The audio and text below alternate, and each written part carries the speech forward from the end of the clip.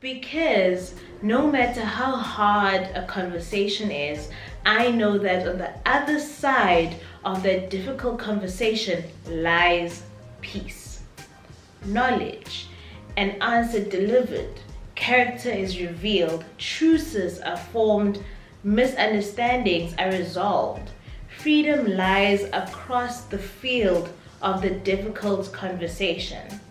And the more difficult the conversation, the greater the freedom. Shonda Rhimes, Year of Yes.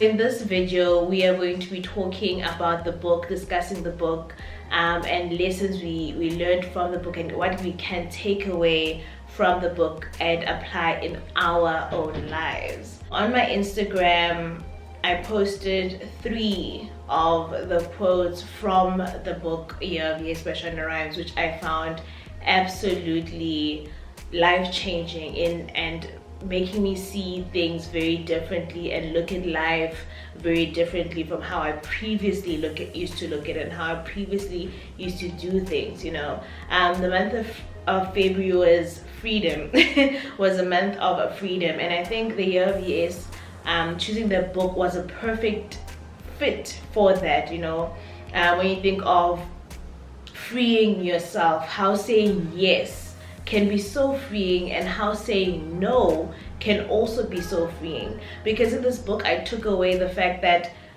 sometimes I can tend to be now and again a people pleaser where I just want to say yes, because I don't want to disappoint the next person or make them feel a little bit smaller or make them feel some way. So then I'll say yes, but deep down I would have actually wanted to say no. I have grown a lot and I'm now able to say no and not feel guilty about it. Shonda writes about the importance of saying yes to saying no, and how that is just freeing in itself. I mean, the quote that I read in the beginning is her talking about how she said yes to having difficult conversations. Most of us shy away from difficult conversations. If I know that if I'm having this conversation, it might bring up some feelings that I don't want to feel, or people might get hurt, or the person might say something I don't want to hear but I need to hear, or anything like that, then all of a sudden I'm just like, no, I don't want to have this conversation. And you should be having that conversation. There's nothing wrong with having that conversation. So she, in this book, was talking about how she was saying yes to hard conversations, yes to saying no. When the saying no part, she was talking about as she's grown in the space and has money, or there's an assumption that she has money, and people around her, people are now coming up and be like, oh, can I have some money? And so this one very close friend of hers, who she thought was very close to her, asked for money, and then she said no, and wow, did homegirl get upset. She got so angry that literally that friendship ended. And that is how Shonda knew that, okay, I've been avoiding difficult conversations, but through a difficult conversation, so many important things come to pass. Like she says, character is revealed, truces are formed, you get knowledge. But the most important thing that she talks about is that there's peace and there's freedom. And I always say to myself that I never want to do something and I don't have peace. If anything I'm doing or if anything I'm engaged in messes with my peace, then I know it's not the right place for me. It's not where I should be, because I'm not at peace. I'm not at peace. I don't have that joy. So something must be wrong. Something is not right. So the Year of Yes was a beautiful read, and I'm so glad it's one of the books that I read in the beginning of 2020, with everybody making these amazing goals and like it's a new decade, it's gonna be a year filled with plenty and so forth. So it was so important for me to read this book, and I hope it is as important for all of you as well who are part of this amazing book club, that it was important for you, and you also took away some very valuable lessons in terms of yourself.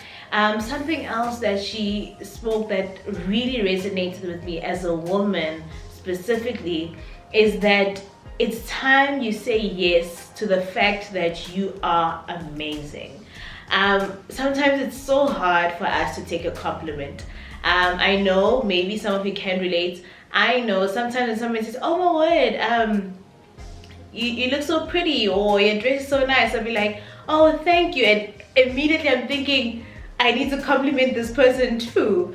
No, I don't. I can just say thank you and receive it, Or sometimes somebody will be like, "Oh, that dress is nice." I'm like, "Oh, this dress," and then I start feeling awkward about it. I shouldn't be feeling awkward about it. I should be happy and embrace that moment of, yes, this dress is beautiful and this person appreciates my beautiful dress. And sometimes with women it goes beyond just the physical appearance, but with our talents and what we do, sometimes somebody will be like, "You're such an amazing speaker," and then just like, "Oh no," no, that just I was really, really nervous. Just happens that I know the presentation or whatever. But just say thank you. Embrace your gifts, embrace your talents, embrace everything that God has put in you, because it is amazing. Men quite often don't have the problem. Be like, "Oh no, that." You'll be like, "Oh wow, you're such a great speaker." They'll be like, "Yeah, thank you." Obviously there's a difference between being cocky and being grateful and stuff like that. But sometimes as women, we always just want to be in the background and be like, "Oh no, I'm just this or I'm just that." No, so the Year of Yes was really beautiful. There's a great read for me. I really enjoyed it. January, we read The 5 a.m. Club by Robin Sharma. And January was about starting the journey. Because it's the beginning of the year and it's about setting the right pace for the journey ahead of this new year. And it was beautiful because I was able to center myself and be like, "Okay, so this is what I'm embarking on, and these are the tools that I'll need." So the 5 a.m. Club equipped me and equipped us with those tools for January and the journey that we'll be taking on. And for February, it was freedom. A freedom to be yourself, freedom to saying yes, freedom to saying yes to saying no, freedom to just be, because when you say yes, you free yourself from so many things. Shonda says that, by saying yes, that Year of Yes, she became a version of herself she never thought she could become. And it's the best version of herself. And she's so happy that she took on the Year of Yes to a point that she stayed in the Year of Yes even if the year was over, because of the amount of freedom that commitment came with, that commitment to saying yes came with, so there's so much freedom.